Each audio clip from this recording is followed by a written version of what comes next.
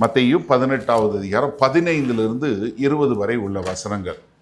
அதாவது நம்ம பார்த்தோம், கர்த்தராகிய இயேசு கிறிஸ்து மத்தேயு 16வது அதிகாரம் 18வது வசனத்தில் நான் என் சபையை கட்டுவேன் என்று சொன்னார். அப்போ இது கர்த்தராகிய இயேசு கிறிஸ்து கட்டுகிற சபை. ரெண்டாவது, இந்த சபைக்குள்ள எப்படி இருக்க வேண்டும் என்கிற காரியத்தை 18வது அதிகாரத்தில் சொல்லி கொடுத்துட்டு சபை என்ன செய்ய வேண்டுங்கிறத மத்தேயு 28வது அதிகாரத்தில் சொல்லி கொடுக்கிறார். இதில் நம்ம பார்த்து கொண்டிருக்கிறது, நாம் சபை கர்த்தராகிய இயேசு கிறிஸ்து கட்டுகிற சபை எப்படியாக இருக்க வேண்டும் என்பதற்கு முதல் 4 வசனங்களை நம்ம பார்த்தது என்ன? ஒரு சபைக்குள்ள, இந்த பரலோக ராஜ்யத்துக்குள்ள, தேவனுடைய ராஜ்யத்திற்குள்ள இந்த சபைக்குள்ள வருவதற்கு நாம் எப்படிப்பட்ட மக்களாய் இருக்கணும்?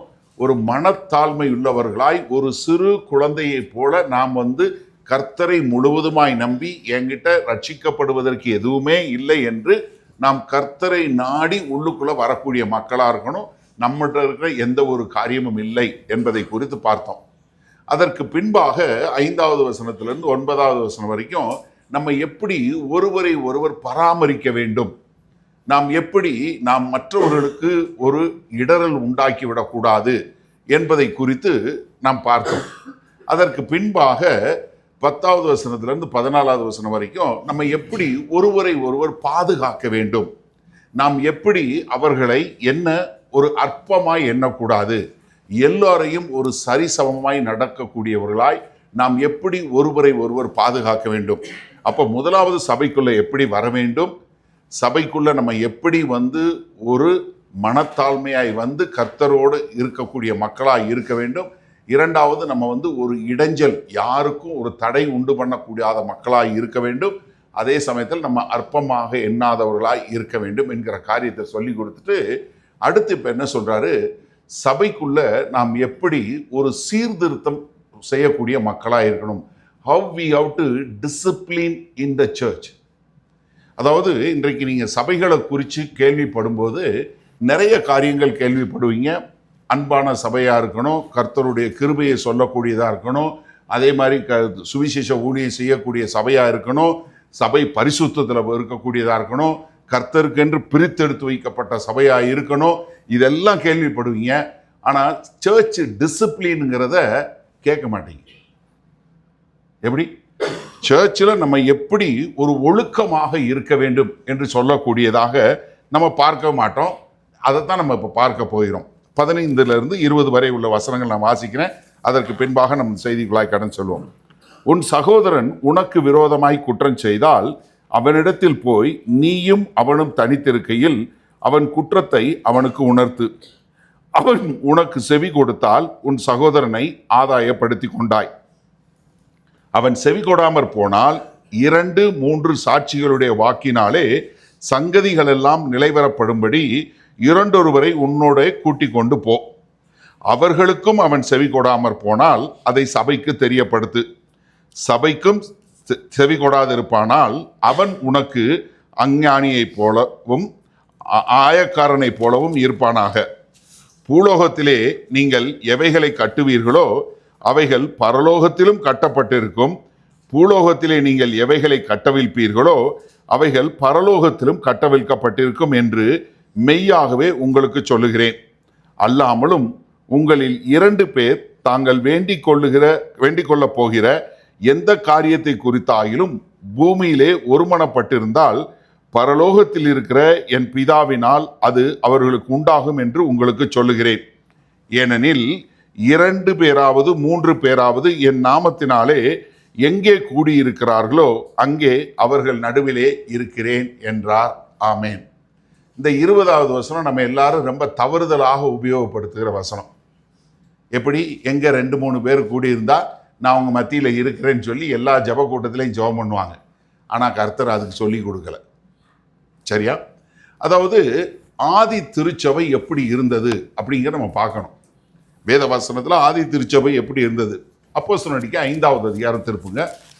முதலாக சபை பிறந்து சபையில் நிறைய காரியங்கள் நடைபெறுகிறது. இங்க அனனியா மற்றும் சப்பீரால் என்று சொல்லக்கூடிய ஒரு 2 பேர் வர்றாங்க.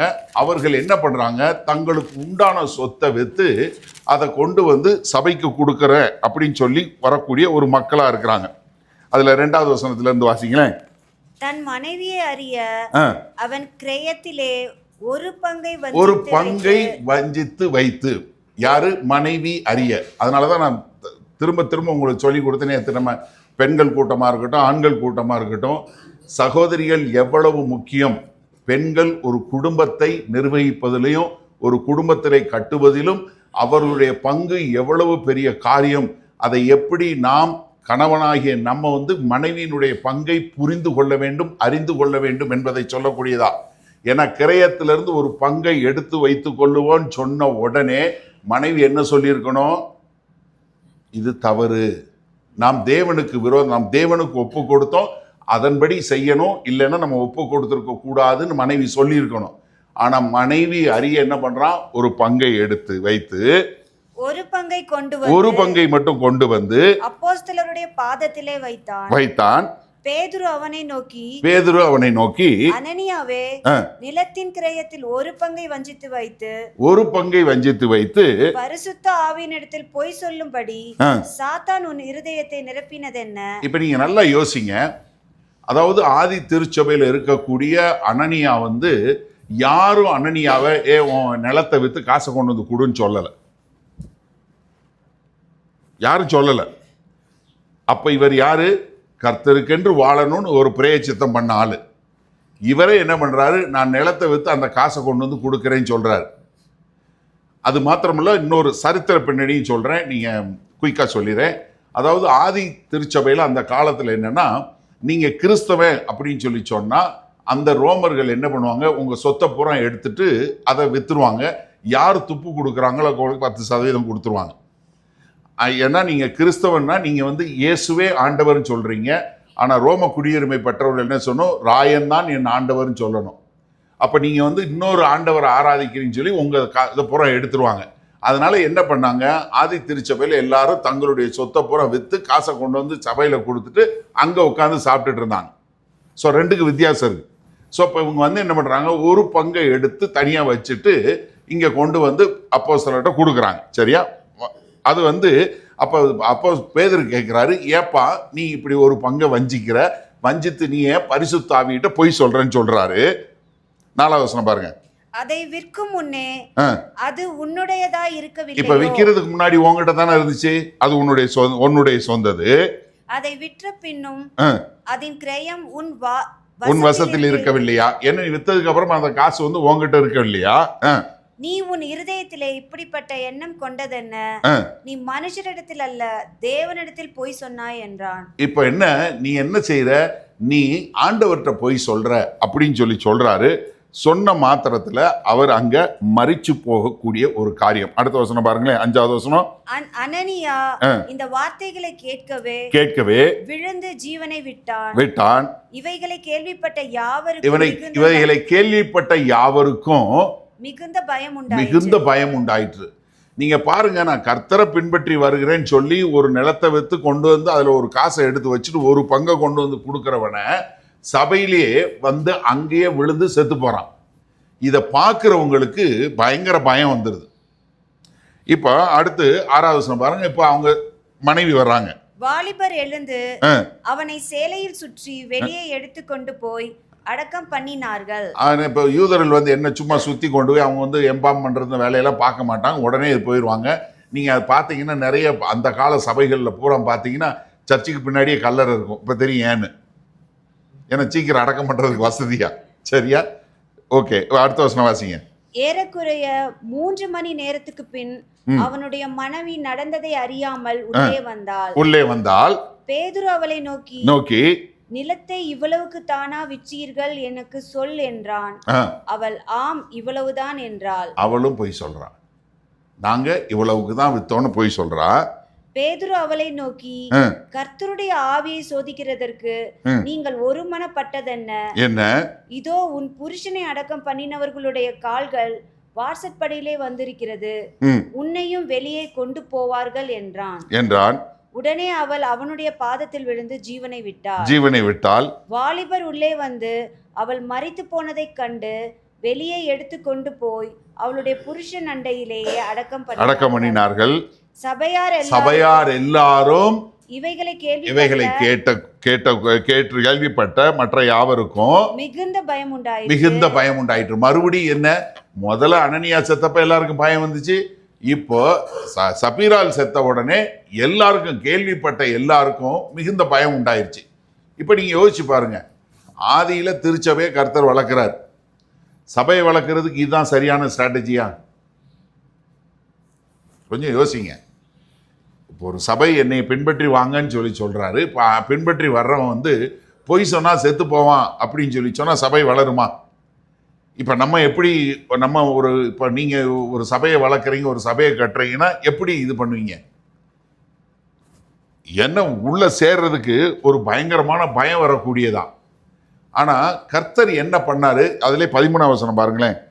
மற்றவர்களில் ஒருவரும் அவர்களுடனே சேர துணியவில்லை, ஆகிலும் ஜனங்கள் அவர்களை மேன்மைப்படுத்தினார்கள். இப்ப என்னன்னா, அவங்க எல்லாருமே சபையில வந்து சேர்றதுக்கு பயந்தாங்க. ஏன்?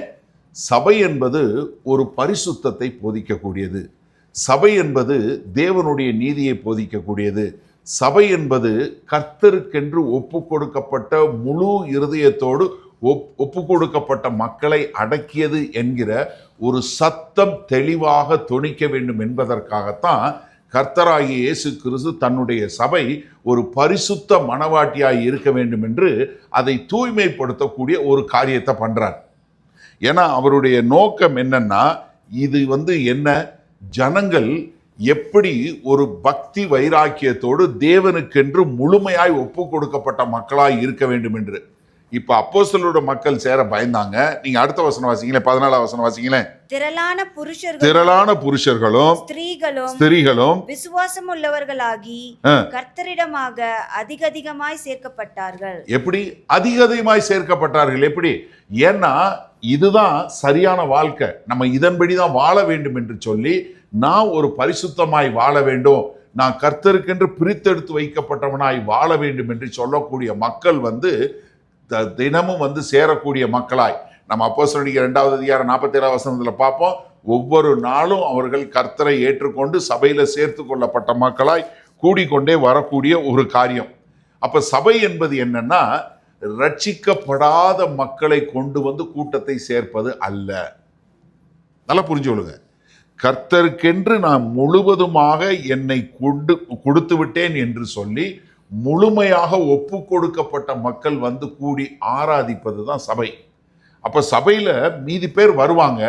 ஆனா அவர்கள் என்ன பண்ண முடியாதுன்னா, இங்க கம்ஃபர்டபுளா உட்கார்ந்துருக்க முடியாது.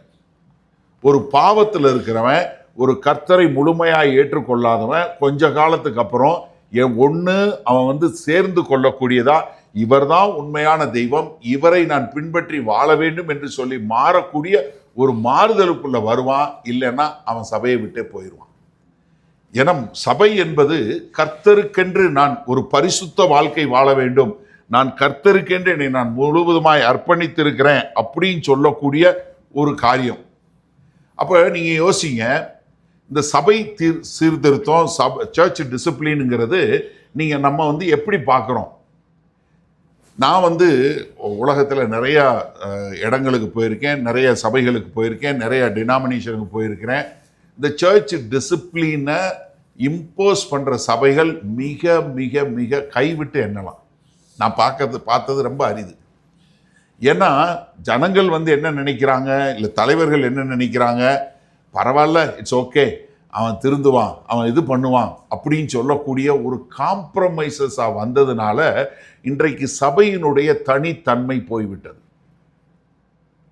சபை என்பது ஒரு பரிசுத்தமானவர்கள், இவர்கள் கிறிஸ்தவர்கள், இவர்கள் பொய் சொல்ல மாட்டார்கள், இவர்கள் உண்மை பேசக்கூடியவர்கள், இவர்கள் என்ன ஆனாலும் சரி நீதியான காரியங்களை செய்வார்கள், இவர்கள்ட்ட அப்படிப்பட்ட ஒழுக்கமற்ற வாழ்க்கை இருக்காது என்று சொல்லக்கூடிய ஒரு காலம் மாறி போய்விட்டது. நான் என்னுடைய சின்ன வயசுல நான் கிராமத்துல பிறந்து வளரும்போது எங்களை பார்த்து என்ன தெரியுமா சொல்லுவாங்க? அவங்க வேதக்காரர்கள் சொல்லுவாங்க. என்ன? இவங்க வேதம் வைத்திருக்கிறவர்கள். ஏன்னா இவர்களுடைய வாழ்க்கை வேதத்தின் அடிப்படையில் இருக்கும். இதான் ஊர்ல பேரு என்ன, வேதக்காரங்க அவங்க. ஏன்னா வேதத்தின்படி வாழக்கூடியவர்கள். ஒரு கிறிஸ்தவன் என்பவன் வேத வசனத்தின்படி வாழக்கூடியவனாய் ஒவ்வொரு நாளும் தன்னை பரிசுத்தப்படுத்தி கொண்டே மாறி வாழக்கூடிய ஒரு வாழ்க்கை வாழுகிறவனாய் இருக்க வேண்டும் என்பதுதான் கர்த்தருடைய விருப்பம். நம்ம எல்லாரும் யாரும் பூரணமான இவங்க இல்லை, ஆனா நம்ம எல்லாரும் என்ன பண்றோம், ஒவ்வொரு நாளும் மாறிக்கொண்டே இருக்கிறோம். We are being transformed from glory to glory. மகிமையின் மேல் மகிமையாய் மறுரூபமாய் கொண்டிருக்கிற கூட்டமாக இருக்க வேண்டும். பாவத்தை எடுத்துக்கொண்டோ மற்றதை எடுத்துக்கொண்டோ காம்ப்ரமைசஸ் இல்லை. என்னைய நான் ரொம்ப தெளிவா எங்க சபைகள்ல நான் ரொம்ப தெளிவா சொல்லி கொடுக்கிற காரியம் தான், நீ கர்த்தரை ஏற்றுக்கொண்டு கர்த்தருக்குன்னு வாழக்கூடியவனா இருந்தா இங்க இரு, இல்லையா தயவு செய்து நீ வேற சபைக்கு போ. ஏன்னா நீ உன் காணிக்கையை வாங்கிட்டு உன்னை ஆசீர்வதிக்கிறதுக்கு, உனக்கு ஆசீர்வாத வார்த்தை சொல்றதுக்கு மாதாந்திர வாக்கு தத்துவம், வருடாந்திர வாக்கு தத்துவம், உன்னை கிளி ஜோசியக்கார மாதிரி கிளி மாதிரி மாத்துறதுக்கு 1000 பேர் இருக்கான், போ. ஆனா பரிசுத்தமா வாழணுமா, கர்த்தராகிய இயேசு கிறிஸ்துவோட அவரை சந்திக்கிற நாளில் தைரியமாய் போய் நிற்கணும். ஆண்டவரே, நான் உண்மையும் உத்தமமாய் வாழ்ந்தேன் என்று சொல்லக்கூடிய ஒரு ஜன கூட்டத்தை உருவாக்குவதற்கு தான் கர்த்தர் சபையை கொண்டு வந்தார்.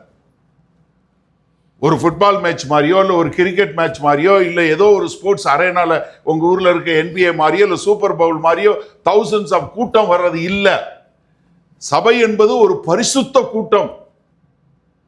தேவனுக்கென்று தன்னை அர்ப்பணித்து நான் அவருக்கென்று வாழ வேண்டும். என்னுடைய வாழ்க்கையில என்னென்ன காரியங்கள் சரியில்லையோ, ஆண்டவரே எனக்கு ஒரு உதவியை கொடுங்க, பரிசுத்த ஆவியான ஒரு உதவியோடு நான் ஒவ்வொரு நாளும் பரிசுத்தத்தில் தேறினவனாய் வரக்கூடிய ஒரு சபை தான் கர்த்தருடைய சபை. அப்படிப்பட்ட சபையை தான் கர்த்தர் கற்றார். அந்த மாதிரி சபையில தான் நான் இணைந்து கர்த்தரோடு சேர்ந்து இணைந்து செயல்பட விரும்புகிறேன். நீங்களும் அப்படிப்பட்ட மக்களாக தான் இருக்கணும். அப்ப சபையினுடைய ஒழுக்கம் என்று சொல்லக்கூடிய ஒரு காரியத்தை நீங்க பாத்தீங்கன்னா, இங்க கர்த்தராகிய இயேசு கிறிஸ்து மிக அழகாக நேர்த்தியாக சொல்லி கொடுக்கிறார். இப்ப 15வது வசனத்துக்கு வாங்க. பிணியாளிகளை படுகை இல்ல, நீங்க மத்தேயு 18:15 பாருங்க. உன் சகோதரன் உனக்கு விரோதமாய் குற்றம் செய்தால் என்ன, உன் சகோதரன் உனக்கு விரோதமாய் குற்றம் செய்தால். இப்ப என்ன கான்டெக்ட்ல சொல்லி கொடுக்கிறாரு, என்ன சபை ஒரு சிறு பிள்ளையை போல நீங்க வரணும், ஒரு சிறு பிள்ளையை போல நீங்க பராமரிக்கப்படணும், பாதுகாக்கப்படணும்னு சொல்லிட்டு, இப்ப இந்த சிறு பிள்ளை ஒருத்தருக்கு ஒருத்தர் என்ன நம்ம பராமரிக்கிறோம், பாதுகாக்கிறோம். அதே மாதிரி சிறு பிள்ளைய போல நம்ம அவங்கள என்ன பண்ணணும், டிசிப்ளின் பண்ணணும். பிள்ளைங்க எப்பவுமே என்ன பண்ணுவாங்க, they will always stretch boundaries. பார்த்துருக்கீங்களா? எப்பவுமே என்ன பண்ணுவாங்க, ஒரு கோடு போட்டு கோட்டுக்கு இந்த பக்கம் நில்லுடான்னா என்ன செய்வான், இப்படி காலை அப்படி வச்சு, ஓகேயா, அப்படி பார்க்காத போது லேசா காலை நாட்டுவான். ஏன்? நம்மளும் அப்படித்தானே இருந்தோம். சிறு பிள்ளைகளை ஒரு பயிற்றுவிக்க, அவர்களை திருத்துவதற்கு, அவங்கள ஒரு கண்டிக்கக்கூடிய ஒரு காரியம் நம்மகிட்ட இருக்கணும். ஏன்னா இங்க சிறு பிள்ளைகள் என்று சொல்லக்கூடிய ஒரு காரியத்தை தான் சொல்றாரு. என்ன உன் சகோதரன் உனக்கு விரோதமாய் குற்றம் செய்தால் என்ன, அவனிடத்தில் போய் நீயும் அவனும் தனித்திருக்கையில். அப்ப என்ன, முதலாவது ஒரு குற்றம் செய்கிறான் அப்படின்னு சொல்றவனா இருந்தா நம்ம என்ன பண்ணணும், the children needs to be disciplined. குழந்தை எப்படி அவங்கள நம்ம சீர்திருத்தணுமோ அதை செய்யணும்.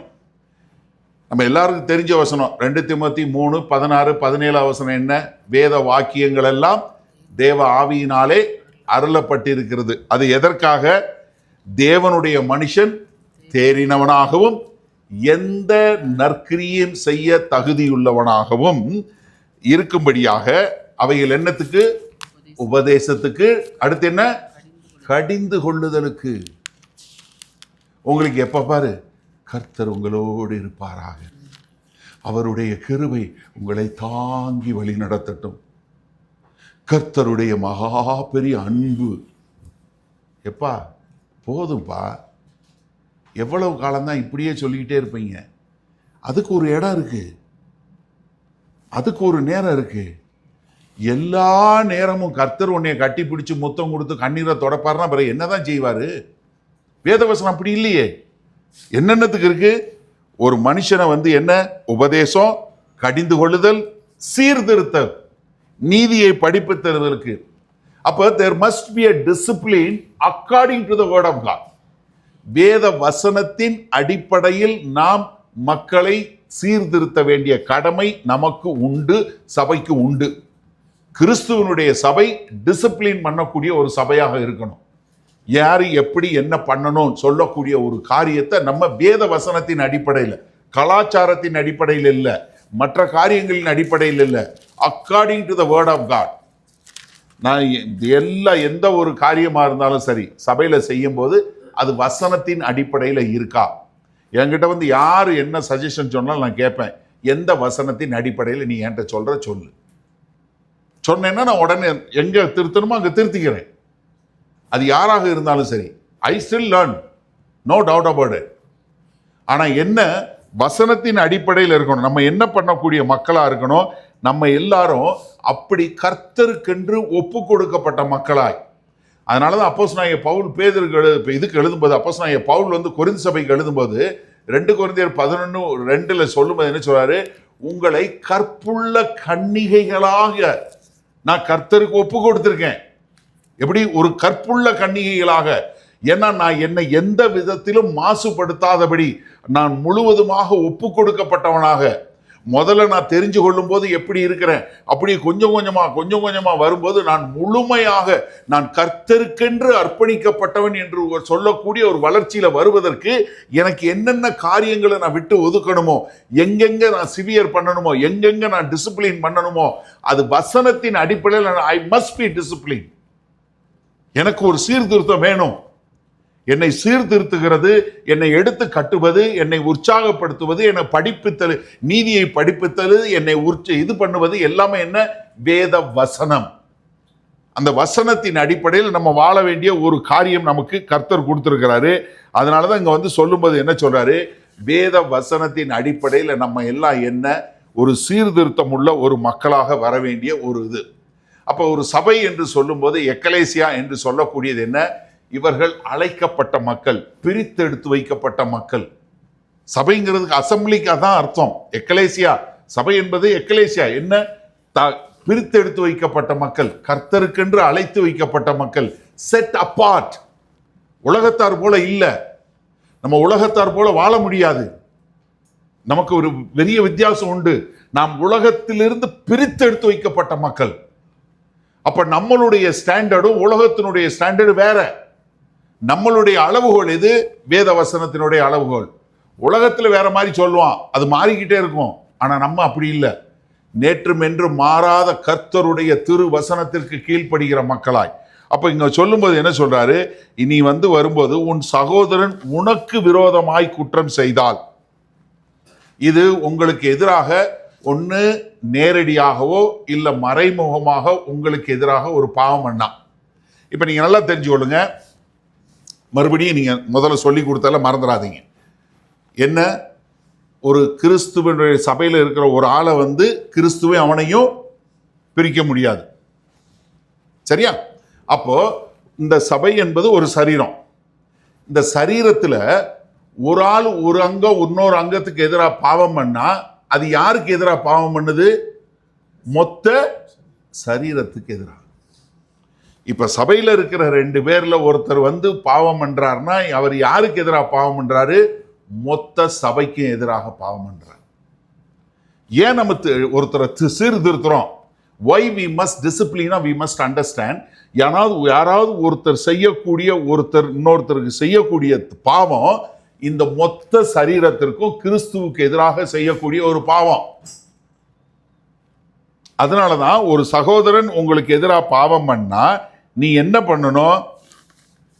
அவங்கிட்ட தனியா போகணும். மாறாக என்ன செய்யக்கூடாது? அடுத்தவங்கிட்ட போய் பேசக்கூடாது. ஒரு சகோதரன் உங்களுக்கு தெரிஞ்சு ஒருத்தர் ஒரு பாவம் பண்றாரு, அவர் பண்ணக்கூடிய பாவம் மொத்த சபைக்கு எதிரானது.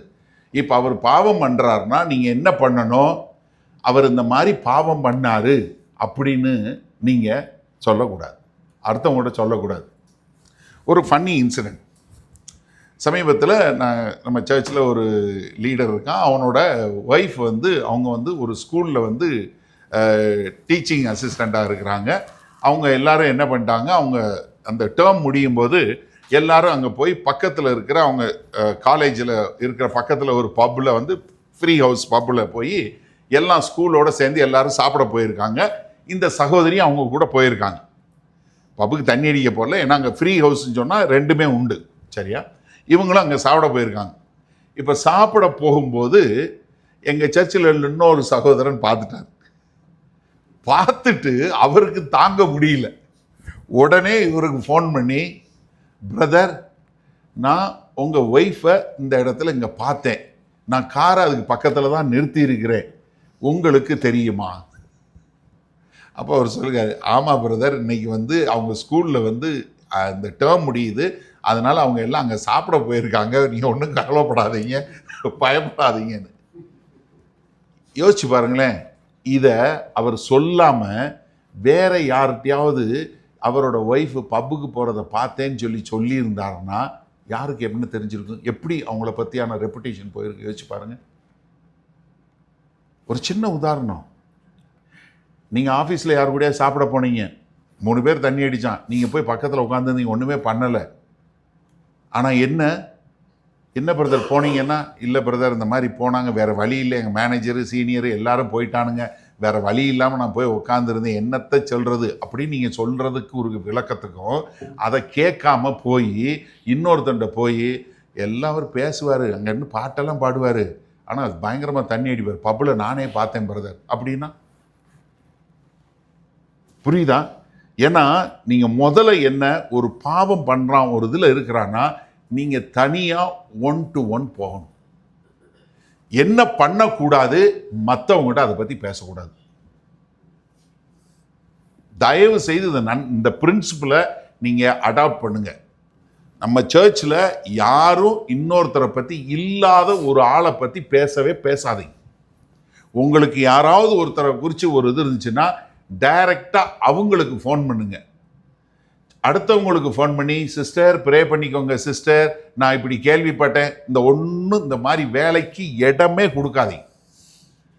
உங்களுக்கு என்ன சிஸ்டர், அவங்களுக்கு ப்ரே பண்ணுமா, இருங்க ஒரு நிமிஷம், இந்தாங்க லைனில் கான்ஃபரன்ஸ் போட்டுறேன், பேசிடுவோம் வாங்க, நீங்களே ஜெபம் பண்ணுங்க, உங்களுக்கு தான் இவ்வளோ அக்கறை இருக்குல்ல, வாங்க நம்ம ஜெபம் பண்ணுவோம், நானும் ஜெபம் பண்ணுறேன், வாங்க 3 பேர் சேர்ந்து ஜெபம் பண்ணுவோம், முடிஞ்சு போயிடும். ஏன்னா சில நேரங்களில் இந்த என்னென்னா நமக்கு வந்து இந்த ஸ்பெக்குலேட்டிவ் நியூஸுக்கு ரொம்ப ஒரு இது கொடுக்குறவங்க. ஏன்னா சமுதாயம் அப்படி தான் போய்கிட்டே இருக்கு. எப்போ பாரு டைன் டைன் டைன் ஒரு மியூசிக்கை போட்டு பிரேக்கிங் நியூஸ் அது இதுன்னு போட்டுக்கிட்டே இருக்கானா, அதனால நமக்கு வந்து ஏதாவது ஒரு பிரேக்கிங் நியூஸ் வந்தால் தான் சந்தோஷமா இருக்கு. சாதாரணமாக ஒரு நல்ல வந்து இப்போ சாட்சியத்தை கேட்டு மக்களை கேட்டு அந்த மாதிரி இருக்குல்ல, இப்படி ஒரு சென்சேஷனலிஸ்டுக்கு நம்ம இடம் கொடுக்கவே கூடாது. யாருக்கு எந்த ஒரு இது இருந்தாலும் 1 to 1 நீங்க போகணும். ஆண்டவராய் இயேசு கிறிஸ்து அதான் சொல்லி கொடுக்குறாரு, என்ன நேர போய் அவன் குற்றத்தை அவனுக்கு உணர்த்து. நீ இந்த மாதிரி ஒரு பாவத்தில் இருக்கிற, இது வந்து பாவம், இது தேவனுக்கு எதிரானது, நம்முடைய சபைக்கு எதிரானது, நம்முடைய சபையாகிய சரீரத்திற்கு எதிரானது அப்படின்னு சொல்லி அவரை உணர்த்துவிக்கக்கூடிய ஒரு காரியம். அப்படி உணர்த்தும் போது அவன் உனக்கு செவி கொடுத்தால் என்ன, நீ சொல்றதை கேட்டு அவன் திருந்தினான்னா உன் சகோதரனை ஆதாயப்படுத்தி கொண்டாய். ஏன்னா இங்க யூ ஹவ் கெயின்ட் ஹிம், ஆதாயப்படுத்தி கொண்டாய், இழந்து போனாய். கெயின் அண்ட் லாஸ் சொல்லக்கூடியது ஒரு கமர்ஷியல் டேர்ம்ல உபயோகப்படுத்தக்கூடிய கிரேக்க மொழி பதத்தை தான் இங்க எடுத்து உபயோகப்படுத்தி இருக்கிறார். அதாவது ஒரு ரட்சிக்கப்பட்ட ஒரு மனுஷன் அவன் வரும்போது அவன் இழந்து போகாதபடிக்கு அவனை என்ன பண்றோம், மறுபடியும் எடுத்து அவனை திரும்ப கட்டக்கூடிய ஒரு காரியம். அந்த பாவத்தில் இருக்கிறவனை நம்ம சொல்லும்போது நம்ம ஏன் அவனை அவ்வளவு இது கொடுத்து அவர் வீணா போயிடக்கூடாது பண்றோம்னா, ஏன்னா அவரும் கர்த்தராகிய இயேசு கிறிஸ்துவினுடைய ரத்தத்தினால கழுவப்பட்டவர், அவரும் பரிசுத்த ஆவியை பெற்றவராக இருக்கிறாரு, அவரும் தேவனுடைய பிள்ளையா இருக்கிறாரு.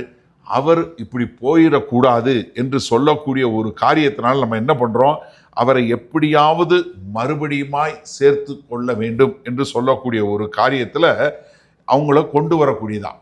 அப்ப என்ன, கிறிஸ்து நான் ரத்தம் சிந்தி சம்பாதிச்ச அந்த சகோதரன், நான் ரத்தம் சிந்தி சம்பாதிச்ச அந்த சகோதரி, அவங்க வீணாக போகக்கூடாதுங்கிற கர்த்தருடைய இருதயம். அதே இருதய துடிப்பு, அதே இருதய தாக்கம் எனக்குள்ளே இருக்கிறதுனால, ஐயோ இந்த சகோதரன் இந்த சகோதரி இப்படி போயிடக்கூடாதே, அவங்க இப்படி வழி மாறி போயிடக்கூடாதே, அவங்க இழந்து போய்விடக்கூடாதே, அவங்களுடைய அழைப்பை இழந்து போய்விடக்கூடாதே, அவங்க தேவனுடைய ராஜ்யத்தில் இந்த சரீரத்தில் எவ்வளோ ஒரு வாய்ப்புள்ளவங்களாக இருக்க முடியும், அவங்கள கொண்டு கர்த்தர் என்ன காரியம் செய்ய முடியும், அதனால் அவங்கள இழந்து விடக்கூடாதே என்கிற அந்த தேவனுடைய இதய துடிப்பு நமக்குள்ளே இருந்துச்சுன்னா கிறிஸ்து பார்ப்பது போல பார்ப்பீங்க. அப்போ நீங்கள் அவரை போய் நீங்கள் பாவம் பண்ணையா இந்த மாதிரி பாவத்தில் இருக்க உணர்த்துவிக்கிறது காரணம் என்ன? அவர் இழந்து போய்விடக்கூடாது என்பது தான் நோக்கம். நீங்கள் பெரிய ஆளுன்னு காட்டுறதுக்கு இல்லை, நீங்கள் நீதிமான் காட்டுறதுக்குன்னு இல்லை, உங்களுக்கு எல்லாம் தெரியும்னு காட்டுறதுக்கு இல்லை.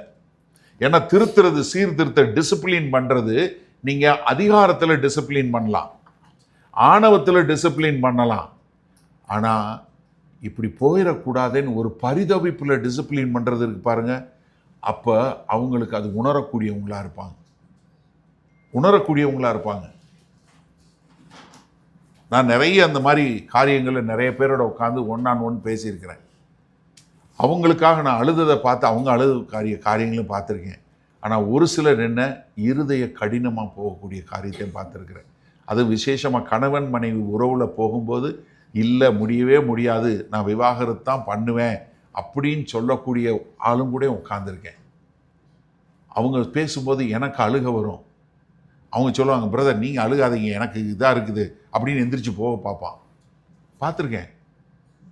எனக்கு அது நடிப்பு இல்லை. எனக்கு என்ன, இவ்வளோ ஒரு நல்ல ஒரு மனுஷன், இப்படி ஒரு நல்ல சகோதரன், கர்த்தரை தெரிஞ்சுக்கணும், இப்படி தவறான பாதையில் போகிறானே, ஆண்டவரை உனக்கு கொண்டு என்ன செய்ய முடியும், தம்பி திரும்பி பார் என்று சொல்லக்கூடிய ஒரு காரியம். அதனால அந்த ஒரு இருதய துடிப்போடு நம்ம சொல்கிறோம். அப்படி அவன் அதை ஏற்றுக்கொண்டான்னா நம்ம என்ன பண்ணுறோம், அவனை ரட்சித்து கொண்டதாக. நம்ம கலாத்தியர் 6வது அதிகாரம் முதல் 3 வசனங்கள் பார்த்தோம் அப்போ 2 பாடத்துக்கு முன்னாடி. நம்ம என்ன ஒரு சகோதரன் என்ன ஒரு குற்றத்தில் அகப்பட்டால் நீங்கள் ஆவிக்குரியவரால் நீங்கள் என்ன பண்ணணும், சாந்தத்தோட ஒரு சாந்தமுள்ள ஆவியோடே அப்படிப்பட்டவர்களை சீர்பொருந்த பண்ணுங்கள். காரணம் என்ன, நீயும் சோதிக்கப்படாதபடிக்கு உன்னை குறித்து எச்சரிக்கையாயிரு. அப்போ என்ன, நீங்கள் போய் ஒரு சகோதரனை சொல்லும்போது நீங்கள் என்ன சொல்கிறீங்க, தம்பி தங்கச்சி அக்கா அண்ணன் நீங்கள் யாராக இருந்தாலும் உங்களுடைய அழைப்பையும் தேவனுடைய ரட்சிப்பையும் நீங்கள் இழந்து போயிடக்கூடாது. நீங்கள் கர்த்தராகிய இயேசு கிறிஸ்துவினால் கழுவப்பட்டவங்க, பரிசுத்த ஆவியானவர் உங்களோடு இருக்கிறாரு. நீங்கள் இதிலிருந்து திருந்தி தேவனுக்கென்று இன்னும் வைராக்கியமாய் ஒரு பக்தியாய் வாழ வேண்டும். அதனால் நீங்கள் இந்த பாவத்தை விட்டுருங்க. இல்லை நீங்கள் அடுத்தவங்களை பற்றி பேசுகிறீங்க, இது ஒரு பாவம், விட்டுருங்க. நிறைய நேரங்கள் நம்ம என்னென்னா பாவங்கிறத அறியாமல் செய்வோம் பாவத்தை. அப்போ நம்ம அவங்களுக்கு தெரிவிக்கும் போது தான் அவங்களுக்கு தெரியும், ஆஹா நான் தெரியாமல் செஞ்சிட்டேன், இதை என்னை மன்னிச்சிருங்க அப்படின்னு சொல்லக்கூடிய ஒரு காரியத்தில் வரக்கூடிய மக்களாக இருப்போம். ஏன்னா அங்கே சொல்லும்போது என்ன சொல்கிறாரு, ஏன்னா நம்ம இங்கே பார்க்கும்போது நம்ம ஏற்கனவே பார்த்தோம், மத்தேயு 18வது அதிகாரத்தில் 12லேருந்து 14 வரைக்கும் பார்த்தோம். எப்படி 100 ஆடு இருக்கும்போது ஒரு ஆடு காணாமல் போச்சுனாலும் 99 ஆட்டை விட்டு ஒரு ஆட்டை கொண்டு போய் தேடி கண்டுபிடிச்சு அதை தோளில் போட்டு வரும்போது அவனுக்கு எவ்வளோ சந்தோஷமாக இருக்குன்னு. அப்போ கர்த்தருடைய இருதயம் என்ன, ஒருத்தரும் கெட்டு போகக்கூடாது.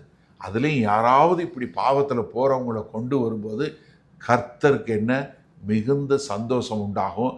அது கர்த்தருடைய இருதய காரியம். அதனால தான் அந்த கர்த்தருடைய இருதயம் பெற்றதுனால நம்ம என்ன பண்ணுறோம், அவங்கள போய் அவங்கள நீ இந்த பாவத்தில் இருக்கிற தம்பி தங்கச்சி அண்ணன் அக்கா மனம் திரும்பி வாங்க அப்படின்னு சொல்லி அவர்களை சீர்பொருந்த பண்ணும்போது என்ன, கர்த்தருக்கு அது பிரயோஜனமுள்ள ஒரு சந்தோஷமான காரியமாக இருக்குது. நம்ம அவங்கள ஆதாயப்படுத்தி கொண்ட மக்களாய் இருக்கிறோம். ஏன்னா அங்கே என்ன பார்க்குறோம், கர்த்தர் என்ன இப்படி பாவம் பண்ணுகிற மக்களை நோக்கி போகக்கூடியவராக இருக்கிறாரு. அதனால அவருடைய சபையாகிய நாமும் இப்படிப்பட்டவர்களை போய் தேடி கண்டுபிடிச்சு கொண்டு சேர்க்கக்கூடிய மக்களாய் இருக்க வேண்டும். அடுத்த வசனம் பாருங்க, அவன் செவி கொடாமற் போனால். எப்படி நீங்கள் 1-on-1 போய் பேசுகிறீங்க, ஒருத்தருக்கு ஒருத்தர் நேராக பார்த்து இந்த மாதிரி ஒரு பாவத்தில் இருக்கிறீங்க, இதிலிருந்து இது சபைக்கு எதிரான பாவம், தேவனுக்கு எதிரான பாவம், நீங்கள் மனம் திரும்புங்கன்னு சொல்கிறீங்க. நீங்கள் அழுது அவங்களுக்காய் ஜோமனி எல்லாம் சொல்லும் போதும் அவன் செவி கொடாமற் போனால், நான் கேட்க மாட்டேன், நான் செய்யறது சரி அப்படின்னு சொல்லி சொன்னா என்ன பண்ணணும்? 2-3 சாட்சிகளுடைய வாக்கினாலே சங்கதிகள் எல்லாம் நிலைவரப்படும்படி இரண்டொருவரை உன்னுடனே கூட்டிக் கொண்டு போ. என்ன, அவன் கேட்கல அப்படின்னா என்ன பண்ணணும்?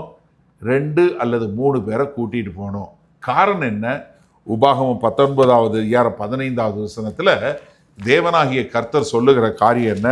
ஒருவன் எந்த அக்கிரமத்தையாவது எந்த பாவத்தையாவது செய்தான் என்று சொல்லப்பட்டால் ஒரே சாட்சியினால் நியாயம் தீர்க்கப்படக்கூடாது. 2-3 சாட்சிகளுடைய வாக்கினாலே காரியம் நிலைவரப்பட வேண்டும். இது பழைய ஏற்பாட்டில் மோசே மூலமா தேவனாகிய கர்த்தர் கொடுத்த அந்த இதை இங்க கர்த்தராகிய இயேசு கிறிஸ்து எடுத்து அதை இங்க சபையில எப்படி இருக்கணும்? நீ ஒருத்தரோட ஒருத்தர் போய் சொல்லு. அவன் கேட்கலைன்னா என்ன பண்ணு? 2 அல்லது 3 சாட்சிகளை கூட்டு கொண்டு போய் அவங்க கூட உட்காந்து நீங்க அதை சொல்லக்கூடிய ஒரு மக்களாக இருக்க வேண்டும். எனக்கு தெரிஞ்சு கொஞ்சம் ஒரு வருஷத்துக்கு முன்னாடி 1-2 வருஷத்துக்கு முன்னாடி ஒரு சின்ன ஃபீனிக்ஸ்ல இருந்து வரும்போது நான் மதன்கிட்ட பேசும்போது தான் சொன்னேன், 2 பேரை கூட்டு போன்னு. அவங்க 2 பேரை கூட்டு போய் ஒரு காரியத்தை பண்ணாங்க. அவங்க செவி கொடுத்தாங்கன்னா நல்லது. செவி கொடாமற் போனால் அவர்களுக்கும் 17 வசனம், அவர்களுக்கும் அவன் செவி கொடாமற் போனால் அதை சபைக்கு தெரியப்படுத்து. அதாவது இப்போ ஒருத்தன் இப்படி போயிட்டாங்கிறத எல்லாருக்கும் சொல்றது அவனை பழி சுமத்துவதற்காக அல்ல. இப்ப நீங்க யோசிச்சு பாருங்களேன், ஒருத்தர் ஒரு நம்ம புரிகிற மாதிரி சொல்றோம், ஒரு திருமணமான ஒருத்தர் வந்து இன்னொரு பொண்ணு கூட தகாத உறவு வச்சிருக்கிறார். நீங்க உங்களுக்கு தெரியும், நீங்க போய் சொல்றீங்க, அவர் கேட்க மாட்டேங்கிறார். இப்ப 2-3 சாட்சிகளோட ஒரு 2-3 மூப்பரை கூட்டு கொண்டு அவர்கிட்ட பேசுறீங்க. இப்ப சபையில வந்து எல்லாருக்கும் வந்து இந்த மாதிரி பாவத்தில் இருக்கிறாருன்னு சொல்லி சொன்னா நம்ம வந்து அவரை போட்டு பீஸா நார கிழிக்கிறதுக்கு இல்லை. ஏன்னா இது தெரிஞ்சா சபையில் இருக்க எல்லாரும் ஐயோ அந்த குடும்பம் என்ன ஆகும், அவங்களுடைய பிள்ளைகள் என்ன ஆகும், அவங்களுடைய வாழ்க்கை என்ன ஆகும், ஆண்டவரே மனம் இறங்குங்க அப்படின்னு சொல்லி எல்லாம் மொத்த சபையும் அந்த சகோதரன் பக்கத்தில் போய் அண்ணன் தம்பி இது செய்யாதீங்க, இது பெரிய பாவம், இது கர்த்தருக்கு விரோதமான துரோகம். ஏன்னா சங்கீதக்காரன் சங்கீதம் 51 தாவீது பாட்டு பாடுறாரு, என்ன சொல்றாரு? தேவரீர் உமக்கு ஒருவருக்கு எதிராகவே நான் பாவம் செய்தேன்னு சொல்றாரு. நீங்க செய்யற பாவம் தேவனுக்கு எதிரான பாவம். நீங்க கர்த்தராகிய இயேசு கிறிஸ்துவோட ரத்தத்தினால கழுவப்பட்டீங்க, பரிசுத்த ஆவியை பெற்றிருக்கிறீங்க. இந்த பாவம் சரி கிடையாது. நீங்க மனம் திரும்ப வேண்டும். நீங்க மனம் திரும்பி நீங்க குடும்பத்தோட வர வேண்டும் என்று சொல்வதற்காக மொத்த சபைக்கும் சொல்லி மொத்த சபையும் சபையில் உள்ள எல்லாரும் அந்த சகோதரனுக்காக அந்த குடும்பத்திற்காய் ஜெபித்து அவங்ககிட்ட போகக்கூடியதுரா. ஏன்னா ஒருத்தர்கிட்ட கேட்கல, 2-3 சாட்சிகளோட கேட்கல. இப்ப என்ன பண்றோம்? மொத்த சபையும் அவர்களுக்காய் ஜெபித்து அவங்களை எப்படியாவது நாம் மீட்டு கொள்ள வேண்டும் என்கிற ஒரு நோக்கத்துக்காக சொல்லணுமே ஒழிய, கேட்கிற நீங்களும் அப்படிப்பட்ட மக்களாக இருக்கணுமே ஒழிய அவங்கள பழிப்பதற்காக அல்ல. இப்ப நீங்க ஒரு நிமிஷம் சிந்திச்சு பாருங்க. அப்படி ஒரு சூழ்நிலை வரும்போது சபை என்னவாக மாறும்? பரிசுத்தமா மாறும். இப்ப நீங்க ஒருத்தருக்கு ஆலோசனை சொல்லிட்டு அதே தப்ப நீங்க பண்ணுவீங்களா? பண்ண மாட்டோம். ஒரு சபையினுடைய பரிசுத்தத்தை பாருங்க. ஏன்னா இப்போ ஒருத்தருக்கு சொல்லும்போது ஐயோ இது என் குடும்பம், இது என் ஆவிக்குரிய குடும்பம், நான் எல்லாம் சகோதர சகோதரிகள். சிந்திச்சு பாருங்க, நம்ம எங்கேயோ பிறந்தோம், எங்கேயோ வளர்ந்தோம், எப்படியோ இருந்தோம். ஆனால் நம்மளை எல்லாரையும் ஒரு குடும்பமா ஒரு பிரதர் சிஸ்டரா மாத்தினது யாரு? இயேசு கிறிஸ்துவனுடைய ரத்தம். நம்ம மாம்ச பிரகாரமா வேற ரத்தத்தில் பிறந்தோம், வேற குடும்பத்தில் இருந்தோம். இன்னைக்கு நம்மளை எல்லாம் கொண்டு வந்து தேவனுடைய பிள்ளைகள் என்று சொல்லி ஒரு புதிய குடும்பத்தில் கொடுத்துருக்கிறாரே, அந்த குடும்பத்தில் இருக்கிற நம்ம சொந்த சகோதரன் போல பாவித்து, சொந்த சகோதரி போல பாவித்து நம்ம எப்படி போவோம்? யோசிச்சு பாருங்க. இப்ப இந்த தவறு பண்ற தவறு பண்றது யாரு? உங்களுடைய சகோதரிக்கு ஒருத்தர் தவறு பண்றவரா இருந்தா நீங்க எப்படி துடிப்பீங்க?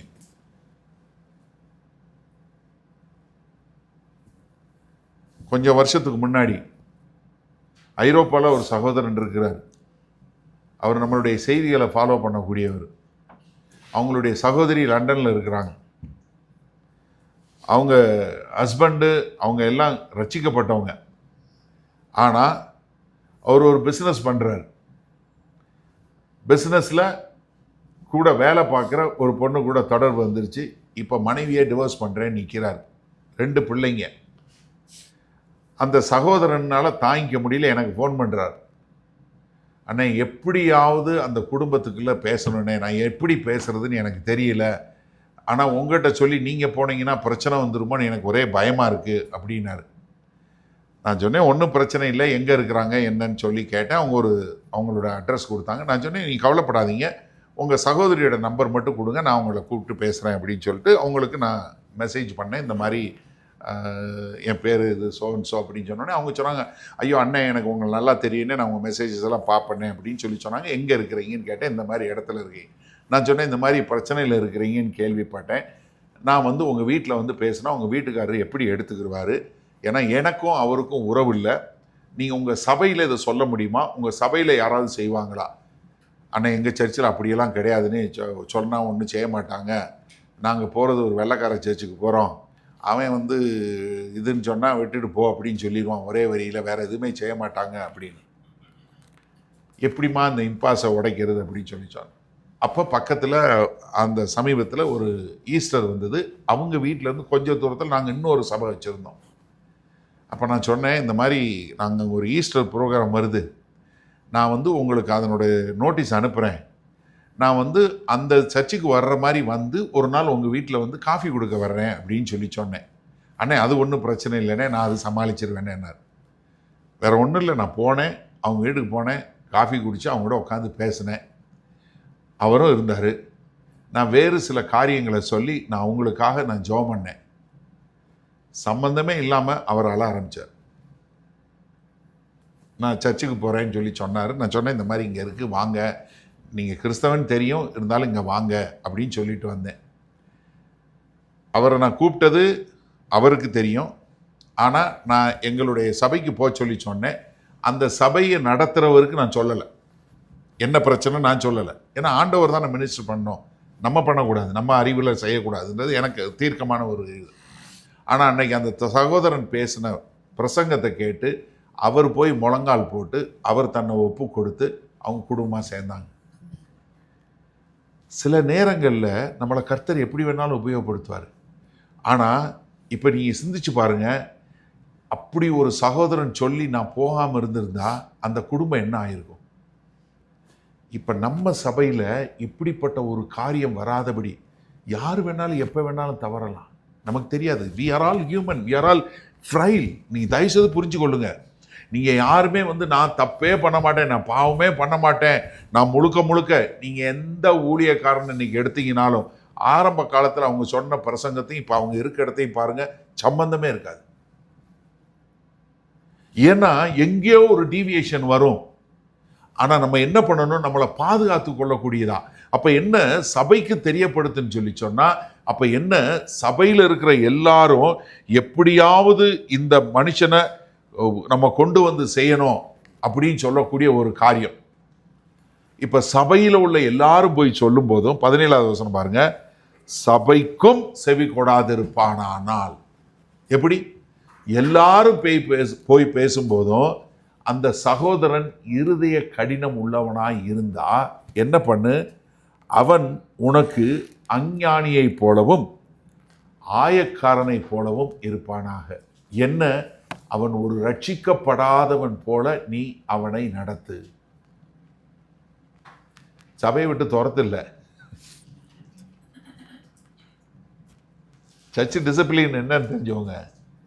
அவனை என்ன ஒரு ரட்சிக்கப்படாதவனுக்கு எப்படி சுவிசேஷம் சொல்லுவீங்களோ அதே மாதிரி ஒரு ரட்சிக்கப்படாதவனை நடத்துகிற மாதிரி நடத்து. ரட்சிக்கப்படாதவனுக்கு ரட்சிக்கப்பட்டவனுக்கு உள்ள ஒரு வித்தியாசம் என்ன? ரட்சிக்கப்பட்டவன் குடும்பத்தில் ஒரு அங்கம், ரட்சிக்கப்படாதவன் குடும்பத்துக்கு அப்பாற்பட்டவன். அப்போ அவனை சகோதரனாய் மீட்டு கொள்வதற்கு நம்ம என்ன செய்யணும், அவனுக்கு என்ன காரியங்களை சொல்லுவது ரொம்ப முக்கியம். ஏன் அவனை ஒரு சகோதரனா பண்ணாம அவனை ஒரு ஆயக்காரனாகவும் ஒரு இதாகவும் மாற்ற சொல்ற. அதாவது யூதர்கள் ரொம்ப கேவலமா நினைக்கிறது யாரு, ஆயக்காரனை. ஏன்னா அவங்க யாரு, எங்களுக்கு எட்டப்பன், ஏன்னா எங்களை காட்டி கொடுத்தவன், யூதனா இருக்கிறான், ரோமர்களுக்கு வேலை பார்க்குறான், எங்கிட்ட காணிக்க வாங்குறான். அதனால ஆயக்காரனாலே மிகப்பெரிய பாவி அவங்கள பொறுத்தளவுக்கு யாரு, ஆயக்காரன். அதே மாதிரி அஞ்ஞானி யாரு, ஆண்டவரை அறியாதவன், முட்டாள். அஞ்ஞானிங்கிறது யாரு, முட்டாள். யாரு என்ன சொல்லுவான், மூடன் தன் இருதயத்தில் என்ன சொல்லுவான், தேவன் இல்லை என்று சொல்வான். 19 சங்கீதம் பார்க்கணும். அப்ப என்னன்னா இங்க அவனை ஒரு சகோதரனாக இல்லாதனா ஐக்கியத்திலிருந்து அவனை விலக்கி வை. ஹலோ, நல்லா கவனிங்க, ஐக்கியத்திலிருந்து விலக்கி வைக்கணும். ஏன் ஐக்கியத்திலிருந்து விலக்கி வைக்கணும்? ஏன்னா கொஞ்சம் புளிச்ச மாவு மொத்த மாவையும் புளிக்க பண்ணிரும். இப்ப அவன் சகோதரன் இல்லை. ஏன்னா ஃபெல்லோஷிப்புக்கும் ஃப்ரெண்ட்ஷிப்புக்கும் வித்தியாசம் தெரியணும். ஃபெல்லோஷிப் என்ன, நான் ஐக்கியத்தில் இருக்கேன்னா என்ன, நான் உங்களுக்கு என்ன வேணாலும் பேச அதிகாரம் கொடுக்குறேன், நீங்கள் எனக்கு பேச அதிகாரம் கொடுக்குறேன். ஃப்ரெண்ட்ஷிப் அப்படி கிடையாது. ஏன்னா ஐக்கியங்கிறது, அதனால தான் நம்ம சபை பேர்களுக்கு ஐக்கியம்னு வைக்கிறோம், கிறிஸ்தவ ஐக்கியம்னு. ஏன்னா நாம் ஃபெல்லோஷிப்னா நம்ம எல்லாத்தையும் ஷேர் பண்ணக்கூடிய மக்கள். என் இருதய பாரம், என்னுடைய சொத்து, என்னுடைய சுகம், என்னுடைய துக்கம் எல்லாத்தையும் நான் ஷேர் பண்ணுவேன். அது ஃபெல்லோஷிப்பு. ஃப்ரெண்ட்ஷிப்பில் அப்படி கிடையாது. ரெண்டுக்குள்ள வித்தியாசம் தெரிஞ்சு கொள்ளுங்க. ஏன்னா நம்ம அதனால தான் இப்படி பாவம் பண்றவன் செவி கொடுக்காதவனை வெளியே வையின்னு ஆண்டவர் சொல்றாரு. நீங்க 1 கொரிந்தியர் 5வது அதிகாரம் 6வது வசனம் பார்த்தீங்கன்னா தெரியும். நீங்கள் மேன்மை பாராட்டுகிறது நல்லதல்ல, கொஞ்சம் புளித்தமா பிசைந்தமா முழுவதையும் புளிப்பாக்கும் என்று அறியீர்களா. ஏன்னா நம்ம சபை ஒரு அன்பு செலுத்தக்கூடிய சபை, நம்முடைய சபை சத்தியத்தை போதிக்கக்கூடிய சபை, நம்முடைய சபை எல்லாருக்கும் ரொம்ப ஒரு அன்பான சபை என்பதை காட்டிலும் நம்முடைய சபை பரிசுத்தத்தை நாடக்கூடிய சபை, தேவனுக்கு பிரியமாக வாழக்கூடிய ஒரு சபை என்று கொள்ளக்கூடிய சபையா இருக்கணும். ஏன்னா இவங்க எதுலையுமே காம்ப்ரமைஸ் பண்ண மாட்டாங்க அப்படின்னு சொல்லக்கூடியதா. ஒரு காரியம் பாருங்க, கலாத்தியர் 2வது அதிகாரம் திருப்புங்க. அதாவது இந்த கலாத்திய சபைகளில் நடக்கக்கூடிய ஒரு சம்பவம். அப்போஸ்தலனாகிய பவுல் நிறைய கலாத்திய பகுதியில் உள்ள நிறைய இடங்களில் சபைகளை நிறுவிட்டாரு. அதற்கு பின்பாக அந்த சபைகளுக்கு பேதுருவும் வர்றாரு. முதல்ல பேதுரும் அங்கே இருக்கிறாரு, எல்லாரும் ஒன்னா இருக்கிறாங்க, எல்லாம் சந்திச்சு ஒரு சந்தோஷமா இருக்கிறாங்க. 11வது வசனம் பாருங்க. மேலும் பேதுரு அந்தியோகியாவுக்கு வந்தபோது அவன் மேல் குற்றம் சுமத்தினால் நான் முகமுகமாய் அவனோட எதிர்த்தேன். இருங்க ஒரு நிமிஷம். அதாவது அந்தியோகியாவிலிருந்து பவுல் வர்றாரு, பேதுரு வர்றாரு, பேதுரு இருக்காங்க. கலாத்திய சபையில் என்ன நடக்குதுன்னா, எல்லாரும் உட்காந்து ஒன்னா சாப்பிட்றாங்க, ஒன்னா எல்லாம் செய்யறாங்க. நீங்க முதல்ல இந்த சரித்திரம் தெரிஞ்சவங்க, ஒரு யூதன் அல்லாதவோட உட்காந்து சாப்பிடக்கூடாது. ஆனா சபைன்னு வரும்போது இங்க பாகுபாடு கிடையாது. இப்பவும் சபையில ஜாதி பார்க்குறவன் இருக்கான். நான் எங்க சர்ச்சில் சொல்லுவேன், இந்த கதவு திறந்திருக்கு, ஜாதி பார்த்தேன்னா அப்படியே அந்த பக்கம் போயிருந்துருவேன். ஏன்னா என்னுடைய அடையாளம் கிறிஸ்தவன்கிற ஒரு அடையாளம் தவிர வேற எந்த அடையாளம் கிடையாது. ஏன்னா ஒரு சிலர் கேட்பாங்க, நீங்க எந்த ஊரு? நாகர்கோயிலா, மார்த்தாண்டமா, திருநெல்வேலியா, அங்கேயா? அப்போ அங்க எந்த சர்ச்சுக்கு போவீங்க? அதாவது சாதி என்னன்னு கண்டுபிடிக்க பார்க்குறாராம். ஊர் எங்க? அங்கேயா? ஊர்ல நீங்க குளத்துக்கு அந்த பக்கமா இந்த பக்கமா? ஏன்னா சில கிராமங்களில் குளத்துக்கு அந்த பக்கம் இருந்தா இந்த ஜாதி, குளத்துக்கு இந்த பக்கம் இருந்தா இந்த ஜாதி, அதனால கண்டுபிடிச்சிடலாம். டேய், நீ கிறிஸ்தவன், நான் வருஷத்துக்கு ஒரு நாள் சொல்லிடுவேன். இங்க கிறிஸ்தவன்கிற அடையாளத்தை தவிர்த்து எதாவது ஒரு அடையாளம் வச்சுக்கிட்டேன்னா இந்த கதவு இருக்கு, திறந்திருக்கு, போயிட்டே இருக்கு, உள்ள இருக்காத. ஏன்னா ரட்சிக்கப்பட்டங்கிறதுக்கு என்ன அடையாளம்? இங்க யூதர்களும் புறஜாதியாரும் ஒன்னா உட்காந்து சாப்பிட்றாங்க. இப்போ எருசலேம்ல இருந்து கொஞ்சம் பேர் வர்றாங்க, யூதர்கள் வர்றாங்க. வந்த உடனே பேதுரு என்ன பண்றாரு? யூதர்கள் பக்கத்துல மட்டும் உட்காந்து சாப்பிட்றாரு. புறஜாதி பக்கம் சாகர மாட்டேங்கிறார். ஏன்னா எருசலேம்ல இருந்து வந்திருக்கிறானு. இந்த எருசலேம்காரர்களுக்கு இருக்கிற கொழுப்பு பார்த்தீங்கன்னா எக்கச்சக்கம். ஏன் இயேசு கிறிஸ்துவை ஏற்றுக்கொள்ள மாட்டேன்ட்டானுங்க? ஏன்னா அவர் கலிலேயால இருந்து வந்தார். நாங்கள் தான்டா பியூரு. எப்படி நம்மளுக்கு சொல்லுவான்ல ஜாதியில், நாங்கள் அந்த பியூர் இந்த ஜாதி, நீங்கள்லாம் இல்லை. திருநெல்வேலி நாங்கள் தான் ஒரிஜினல், நீங்கள் கன்னியாகுமரி நாகர்கோயிலாம் கலப்பு, அதனால நீங்கள் கலராக இருப்பீங்க அப்படின்னு சொல்லுவாங்க. அந்த மாதிரி சொல்கிறவன் நிறைய பேர் இருக்கான். அப்போ இங்கே வந்து எருசலேமில் இருக்கிறவன் என்ன சொல்லுவான்? நாங்கள் தான் உண்மையான யூதர்கள். வேத வசனத்திலே பார்த்தீங்கன்னா புறஜாதியாருடைய கலிலேயான் இருக்கும். எப்படி? கலிலி ஆஃப் ஜென்டைல்ஸ் இருக்கும். ஏன்னா அங்கே மிக்ஸ்டு. அதனால இயேசு கிறிஸ்து வர வாய்ப்பு இல்லை, அங்கேருந்து மேசியா வர வாய்ப்பு இல்லை. அதான் அவங்க பிரச்சனை. இப்போ எருசலேம்ல இருந்து வந்த உடனே பேதுரு அவங்க கூட மட்டும் உட்காந்து சாப்பிட்றாரு, மற்றவங்க கூட உட்காந்து சாப்பிட மாட்டேங்கிறார். இப்போ பவுல் அங்கே இருக்கிறார். நீங்கள் ஒரு நிமிஷம் யோசிங்க. இப்போ நீங்கள் ஒரு ஆள் கூட மட்டும் பேதுரு வந்து உட்காந்து சாப்பிட்டா நீங்கள் என்ன செய்வீங்க? அப்பா அவர் பிடிச்சவங்க கூட உட்காந்து சாப்பிட்றாருப்பா அப்படின்னு விட்டுருவீங்களா? நீங்கள் நல்லா நம்ம அப்போஸ்தலர் 5வது அதிகாரம் பார்த்தோமா? பேதுருக்கு முன்னாடி வந்து பொய் சொன்னால் கீழே ஒன்று செத்து போயிடும். அவ்வளோ வல்லமை வாய்ந்த பேதுரு. ஏன்னா அவர் தான் டாப்பு. இது அப்படிப்பட்ட பேதுரு உட்காந்து மற்றவங்க கூட இருக்கும்போது பவுல் எல்லாருக்கும் முன்னாடியும் அவரை முகமுகமாக எதிர்க்கிறாரு. பேதுருவை எதிர்த்து பேசுறாரு. எனக்கு அருமையான கொஞ்சம் சிந்திக்கணும். பேதுரு முன்னாடி நிற்க முடியாது. ஆனா இப்ப அந்த பேதுரு என்ன சொல்றாரு? முகமுகமாய் அவனோட எதிர்த்தேன். எப்படி எனில், யாக்கோபினிடத்திலிருந்து சிலர் வருகிறதற்கு முன்னே அவன் புறஜாதிகளுடனே சாப்பிட்டான். எல்லாரும் சேர்ந்து சாப்பிட்டான். அவங்க வந்த போதோ விருத்த சேதனம் உள்ளவர்களுக்கு பயந்து விலகி பிரிந்தான். மற்ற யூதரும் அவனோட கூட. இப்ப பாருங்க, பேதுரு செய்ததுனால மற்ற யூதரும் அவனோட கூட மாய்மாலம் பண்ணினார்கள். எப்படி? இவங்களும் மாய்மாலம் பண்ணினார்கள். இதுல இன்னொரு பெரிய பிரச்சனை பாருங்க. அவர்களுடைய பர்னபாவும் இழுப்பு உண்டு போனான். என் கூட இருந்தான் பர்னபா இவ்வளவு காலம். நானும் அவனும் எல்லா இடத்துக்கும் போனோம், ஒன்னா படுத்தோம், ஒன்னா தூங்கினோம், ஒன்னா செஞ்சோம், எல்லாம் செஞ்சோம். பர்னபாவே இழுப்புட போயிட்டான். பவுல் என்ன பண்றாரு? முகமுகமா எதிர்க்கிறாரு. எதிர்க்கிறாரு. இது தப்பு. நான் நிறைய முறை யோசிச்சு பார்த்தது உண்டு. நான் பவுலா இருந்திருந்தா நான் பேதுருவை எதிர்த்து பேசியிருப்பேனா? சாப்பாடு தானே சாப்பிட்டு போறான், பரவாயில்ல, இதுல என்ன இருக்கு? No compromise. பவுலா தான். நான் இது கர்த்தரோட சபை, இங்க எந்த பட்சபாதமும் இருக்கக்கூடாது. எல்லாரும் ஒரே மாதிரி இருக்கணும், எல்லாரையும் ஒரே மாதிரி நடத்தணும்.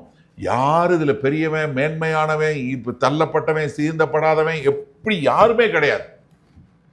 எல்லாம் என் சகோதரன், எல்லாம் என் சகோதரி. இதுக்கு மேல எதுவுமே கிடையாது. இப்படிதான் நம்ம இருக்கணும். அதனாலதான் அங்க சொல்லும்போது என்ன சொல்றாரு? இது நீ செஞ்சது தப்புன்னு. இப்ப பேதுரு மனம் திரும்பினாரா? 2 பேதுரு 3வது அதிகாரம் வாங்க. பேதுரு கடைசியா எழுதுறாரு, நிருபத்தில் எழுதுறாரு. ஏன்னா பேதுருவை எல்லாரும் முன்னாடி கிழிச்சு தொங்க விட்டுட்டார். இப்ப நவீன காலத்துல சொல்லணும்னா அவர் ஃபேஸ்புக்கில் அப்டேட் போட்டாரு, இதுல இன்ஸ்டால ஒரு ரீல் போட்டுட்டாரு, எல்லாருக்கும் சொல்லிட்டாருன்னு அர்த்தம். ஏன் பேதுருவே நீயும் மாய்மாலம் பண்ணுகிறாயே பேதுருவே அப்படின்னு ஒரு இன்ஸ்டால ரீல் போட்டார். சரியா? போட்டது மாத்திரமில்ல, எழுதி வச்சு நம்ம 2000 வருஷத்துக்கு அப்புறம் இன்னும் கிழிச்சிட்டு இருக்கோம். சரியா? இப்ப பேதுரு என்ன இருக்கணும்? அப்படின்னு சொல்லி இருக்கணும். ஆனா பேதுரு என்ன எழுதுறாரு? 2 பேதுரு 3வது அதிகாரம் 14வது வசனத்துல இருந்து பாருங்க.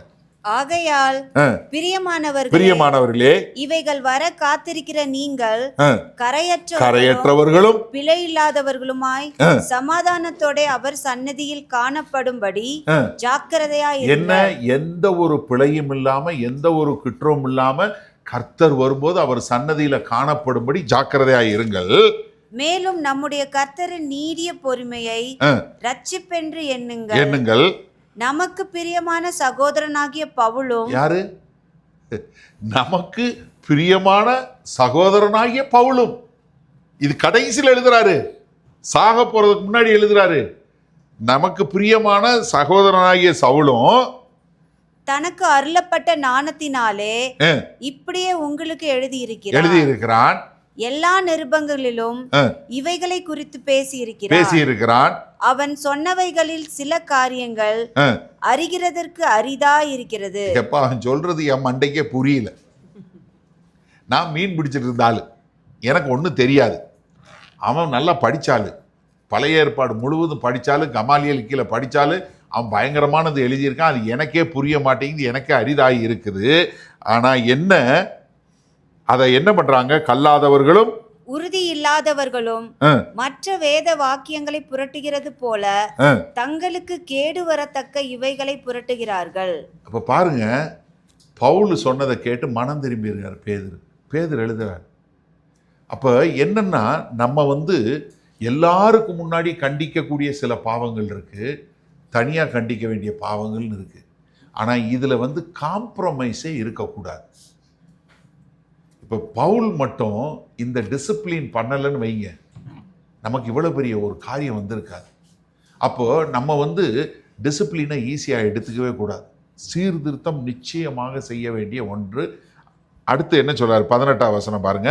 பூலோகத்திலே நீங்கள் எவைகளை கட்டுவீர்களோ அவைகள் பரலோகத்திலும் கட்டப்பட்டிருக்கும். பூலோகத்திலே நீங்கள் எவைகளை கட்டவிழ்ப்பீர்களோ அவை பரலோகத்திலும் கட்டவிழ்க்கப்பட்டிருக்கும் என்று மெய்யாகவே உங்களுக்கு சொல்லுகிறேன். இது ரெண்டு மூணு இடத்துல இருக்கிறத பார்ப்பீங்க.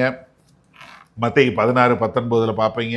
யோவான் 20ஆவது அதிகாரத்தில் 13ஆவது வசனத்தில் பார்ப்பீங்க. இது நீங்கள் சிலர் சாத்தானை கட்டுறேன்னு சொல்லுவாங்க. சாத்தானை கட்டுற அதிகாரம்லாம் நமக்கு கொடுக்கல. கர்த்தர் சாத்தானை ஃப்ரீயாக விட்டுருக்கிறாரு. அவன் 1000 வருட அரசியல் தான் கட்டப்படுவான். நீங்கள் சாத்தானெல்லாம் கட்டுற வேலையெல்லாம் உங்களுக்கு இல்லை. சாத்தானை போன்னு சொன்னால் போயிடுவான். அதுக்கு தான் உங்களுக்கு அதிகாரம் கொடுத்துருக்கிறாரு. இந்த வசனத்தை வச்சுட்டு தப்பாக பிரசங்கம் பண்ணாதீங்க, தப்பாக அப்ளை பண்ணாதீங்க. என்ன, ஒருத்தருடைய பாவம் உனக்கு கட்டவிழ்க்கப்பட்டதுன்னு சொன்னால், நீ இயேசு கிறிஸ்துவை ஏற்றுக்கொண்ட, உன்னுடைய பாவம் உன்னை விட்டு விலகி போயிடுச்சுன்னு சொன்னால் அது பரலோகத்தில் சொல்லப்பட்டிருக்கு. அதனால பூமியிலே உங்களுக்கு நடக்கும். நீ இயேசு கிறிஸ்துவை ஏற்றுக்கொள்ளலைன்னா, ஏப்பா உன் பாவம் உன் கூட இருக்கும், நீ இப்போ உன் பாவம் உன்னை கட்டி போட்டிருக்குன்னு சொன்னால் அது அவனோட இருக்கும். அப்படிங்கிற காரியத்தை தான் இங்கே கர்த்தர் சொல்லி கொடுக்குறார். ஏன்னா இங்கே சாத்தானை கட்டுறதுக்கோ இது கட்டுறதுக்கோ சொல்ல. ஏன்னா நிறைய பேர் கட்டுறது ஊழியம், அவிழ்க்கிற ஊழியன்னு கொஞ்சம் பேர் இருக்கானுங்க. அது இது இல்லை. ஏன்னா அவுட் ஆஃப் கான்டெக்ட் இந்த வசனத்தை எடுக்காதீங்க. மிக தெளிவாக சொல்கிறார். நீ ஒருத்தனோட அவனை அவன் மனம் திரும்பி ஏற்றுக்கொண்டான்னா அவனுடைய பாவங்கள் கட்டவிழ்க்கப்பட்டது அப்படின்னு நீ சொன்னேன்னா, ஏன்னா பரலோகத்திலையும் கட்டவிழ்க்கப்பட்டிருக்கு, அது அவனுக்கு உண்டாகும். அவன் பாவம் ரட்சிக்கப்பட அவன் ஏற்றுக்கொள்ளலைன்னா அவன் பாவத்தில் கட்டப்பட்டிருக்கான். அதனால அவனுடைய பாவம் கட்டவிழ்க்கப்படாது என்று சொல்லக்கூடிய ஒரு காரியத்தை சொல்றார். சொல்லிட்டு 19ஆவது சொல்லும் என்ன சொல்றாரு? அல்லாமலும் உங்களில் 2 பேர் தாங்கள் வேண்டிக் கொள்ள போகிற எந்த காரியத்தை குறித்தாகிலும் பூமியிலே ஒருமனப்பட்டிருந்தால் பரலோகத்தில் இருக்கிற என் பிதாவினால் அது அவர்களுக்கு உண்டாகும் என்று உங்களுக்கு சொல்லுகிறேன். இந்த 2 பேர் 3 பேர் யாரு? திருத்த போனவங்க. நல்லா கவனிங்க. இந்த 2-3 பேர் போனவங்க எதுக்காக போனாங்க? நீங்க முதல்ல போய் தனியா சொன்னீங்க, அவன் கேட்கல. அதுக்கப்புறம் 2-3 சாட்சி அனுப்பிச்சிங்கல, அந்த 2-3 பேர் போய் பூமியில ஆண்டவரே இவருக்கு மன்னிப்பு உண்டாகட்டும்னு சொன்னீங்கன்னா அது நிச்சயமா உண்டாகும். அப்ப என்ன, இங்க பூமியில நீங்க ஒருமனப்பட்டு நீங்க செயல்படுறீங்க. காரணம் என்ன? பரலோகத்தில் இருக்கிற என் பிதாவினுடைய நாமம் மகிமைப்படணுங்கிறக்காக நீங்க செய்றீங்க. அதனால அது நடைபெறும் சொல்லிட்டு 20ஆவது வசனத்துல என்ன சொல்றாரு? ஏனெனில் 2 பேராவது 3 பேராவது என் நாமத்தினாலே எங்கே கூடி இருக்கிறார்களோ அங்கே அவர்கள் நடுவிலே இருக்கிறேன். ஏன்னா இது நம்ம இந்த ஜப கூட்டத்தில் எப்போ பாரு இதை தவறுதலாக உபயோகம் பண்ணி, எங்கே 2-3 பேர் கூடி இருந்தாலும் நாமத்தினாலே கூடி இருக்கிறேன்னு சொல்லியிருக்கிறீங்க ஆண்டவரே, அதனால உங்களுடைய பிரசன்னம் இங்கே இருக்குன்னு. அப்போ ஒரு ஆளாக ஜெபம் பண்ணால் கர்த்தர் கேட்க மாட்டாரா? ஹலோ, யோசிங்க. என்னன்னா இந்த 2-3 பேர் எதுக்காக போகிறாங்க? கர்த்தருடைய நாமத்தினால ஒருத்தர் திருத்துறதுக்காக போகிறாங்க. அவங்க எந்த அதிகாரத்தில் போகிறாங்க? தேவன் கொடுத்த அதிகாரத்தில் போகிறாங்க. அப்போது அவங்க 2-3 பேர் போய் ஒருத்தரை திருத்துவதற்காக போய் அங்கே நிற்கும்போது அங்கே நான் கூட இருக்கிறேன். ஏன்னா நீங்கள் அவனை திருத்தணும்னு போனது உங்களால் போல, நீங்களாக போல, என்னுடைய நாமத்திற்கு பரிசுத்த குலைச்சல் வந்துவிடக்கூடாது என்பதற்காக, சபை சீர்குலைந்து போய்விடக்கூடாதுங்கிறக்காக ஏன் நாமத்தினால நீங்கள் போகிறீங்க. நீங்கள் போகிறதனுடைய நோக்கம் என்ன? என்னுடைய பெயர் கெட்டு போகக்கூடாது. கர்த்தராகிய இயேசு கிறிஸ்துவனுடைய சபை என்று சொல்லக்கூடிய சபையினுடைய பெயர் கெட்டு போகக்கூடாதுங்கிறக்காக நீங்கள் 2 பேர் 3 பேர் சேர்ந்து போய் ஒருத்தரை திருத்தறதுக்காக போகிறீங்க. அப்படி நீங்கள் போகும்போது என் நாமத்தில் போகிறதுனால நான் அந்த அதிகாரத்தோட உங்கள் கூட இருக்கிறேன் அப்படின்னு சொல்லக்கூடிய ஒரு காரியத்தை இங்கே கர்த்தர் சொல்லி கொடுக்குறார். அப்போ எனக்கு அருமையானவர்களே, நம்ம சபையில் சீர்திருத்தம், டிசிப்ளின் கண்டிப்பாக இருக்கணும். ஒரு ஒழுங்குமுறை, ஒரு ஒழுக்கம் என்பது சபையில் இருக்கணும். ஏன்னா நிறைய பேர் சில காரியங்கள், வெளியரங்கமான காரியங்களில் கேட்பாங்க. அன்னை ஸ்கர்ட் போட்டு ஆராதிக்கலாமா? அன்னை இதை போட்டு ஆராதிக்கலாமா? எதை போட்டு நான் சொல்கிறது காரியம் தான். நீ ஆராதிக்க முன்னாடி வரும்போது அவன் ஆராதனையை பார்க்கறதை விட்டு உன்னையை பார்க்குற மாதிரி இருந்தால் நீ சரியாக ட்ரெஸ் பண்ணலன்னு அர்த்தம். பிள்ளைங்க யாரும் ட்ரெஸ் பண்ணிட்டு வந்தாங்கன்னா போய் உங்கள் அப்பாட்ட கேடு, உங்கள் அப்பாட்ட காட்டு, நான் கரெக்டாக ட்ரெஸ் பண்ணியிருக்கேனான்னு கேளு. ஏன்னா உங்கள் அப்பா அது தெரியும், பையன் எங்கே பார்ப்பான்னு தெரியும். உங்கள் அப்பா சொல்லுவார், இல்லை இது பண்ணாத. மனைவிமார்கள் உங்கள் கணவன்கிட்ட கேளுங்க, நீங்கள் என்ன சரியாக ட்ரெஸ் பண்ணியிருக்கீங்களா இல்லையான்னு கரெக்டாக சொல்லுவாங்க. ஏன்னா நம்ம சபையில் வரும்போது ஒரு ஒழுங்குமுறை, ஒரு ஒழுக்கம் என்பது மிகவும் அவசியம். A discipline should be maintained. இதில் எந்த விதமான மாறுபாடான கருத்தும் கிடையாது. எனக்கு அருமையானவர்கள் நன்றாக தெரிஞ்சு கொள்ளுங்க. ஏன்னா இன்றைக்கு சபையில் ஒரு ஒழுக்க சீர்கேடு நடந்து கொண்டு இருக்கிறது. யார் வேணாலும் என்ன வேணாலும் செய்யலான் இருக்கிறது. நம்ம அப்படி கிடையாது. இந்த சபை என்பது ஒரு பரிசுத்த சபை.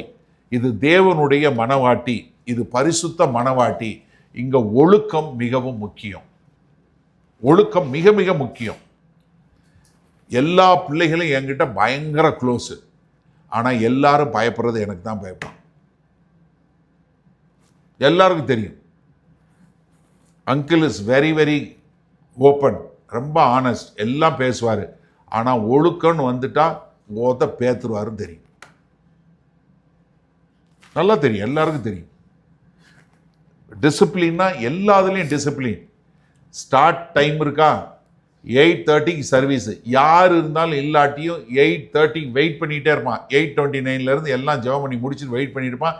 8:30 இயேசு கிறிஸ்து நாமத்தினாலே உங்களை வரவேற்கிறோன்னு சொல்லி ஸ்டார்ட் பண்ணிடுவான். நீ யார் இருந்தாலும் இல்லாட்டியும் 8:30 சர்வீஸ் தொடங்கிடும். 10:30 சர்வீஸ் முடியும்னா யார் இருந்தாலும் 10:30 முடிச்சிடுவேன் நான். அப்படி லேட்டாக போகுதுன்னா நான் முன்னாடியே சொல்லிடுவேன். இன்றைக்கி செர்மன் கொஞ்சம் ஒரு 10 நிமிஷம் லேட்டாக போகும். ஏன்னா இன்றைக்கி நான் ஒரே இதாக 2 மெசேஜாக பண்ண முடியாது. அதனால் கூட ஒரு 5 மினிட்ஸ் இல்லை 10 மினிட்ஸ் எடுப்பேன். தயவு செய்து நீங்கள் பொறுமை காத்துக்கொள்ளுங்க. ஏன்னா நம்ம ஒரு 10 நிமிஷம் லேட்டாக போகும். அதனால் ஏன்னா நம்ம பிளான் பண்ணியிருக்கோம், அந்த மாதிரி தான் பண்ணியிருக்கோம், வேறு சில காரியங்களை பண்ணியிருக்கோம்னு சொல்லக்கூடியதான். ஆராதனை அதே மாதிரி 8:30 தொடங்கினா 9க்கு முடியும்னா கரெக்டாக 9 o'clock, மேபி 9:05, அவ்வளவுதான். ஒரு ஒழுக்கமாக ஒரு ஆர்டராக நம்ம எதையும் செய்யணும்.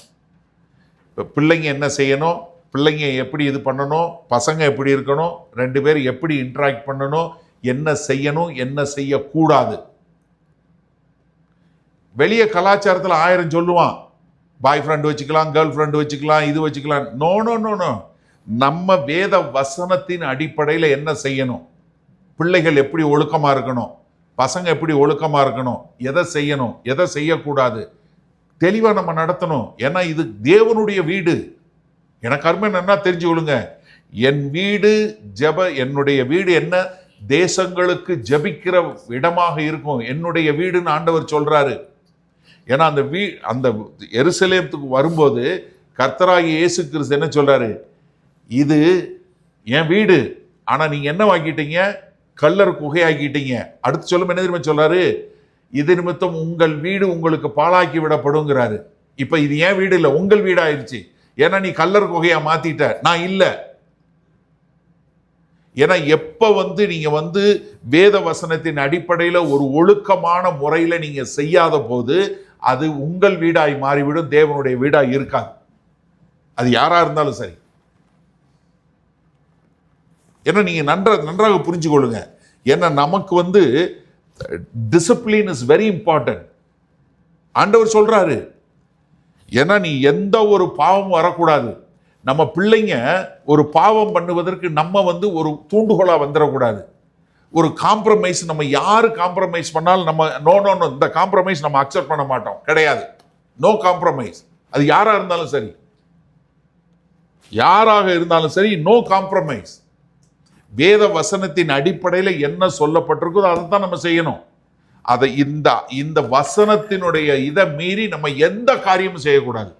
நமக்கு வரக்கூடிய அதிகாரம், நம்ம செய்யக்கூடிய எல்லாமே வேத வசனத்தின் அடிப்படையில். அப்ப என்ன, நம்ம செய்கிற காரியம் தேவனுடைய நாமத்தை மகிமைப்படுத்துதா? எங்கேயாவது பரிசுத்த குலைச்சலை உண்டாக்குது, எங்கேயாவது ஒரு காம்ப்ரமைஸை உண்டாக்குதுன்னா உடனே உட்கார்ந்து அதை அரெஸ்ட் பண்ணோம். நோ, நம்ம பண்ண மாட்டோம். அதே மாதிரி ஒருத்தர் பாவம் பண்றாருன்னு சொல்லிட்டு ஆமா அவர் பண்றாரு நம்ம என்ன செய்ய முடியும், அப்படி விடவே கூடாது. ஒருத்தர் பண்ற பாவம் என்ன, எல்லாருக்கும் எதிரான பாவம், தேவனுக்கு எதிரான பாவம், சபைக்கு எதிரான பாவம், சபையில் உள்ள எல்லா மக்களுக்கு எதிரான பாவங்கிறது ஒரு எண்ணம் நமக்கு உண்டாகணும். சும்மா அவர் பண்றாரு, அவர் தப்பு பண்ணிட்டாரு பிரதர், அவரை கொஞ்சம் மன்னிச்சு விடுங்க. இல்ல, மன்னிப்பு வேற, அதுல எந்த விதமான மாறுபாடான கருத்தும் கிடையாது. But you must repent. நீ மனம் திரும்பி நீ சரியாகணும்.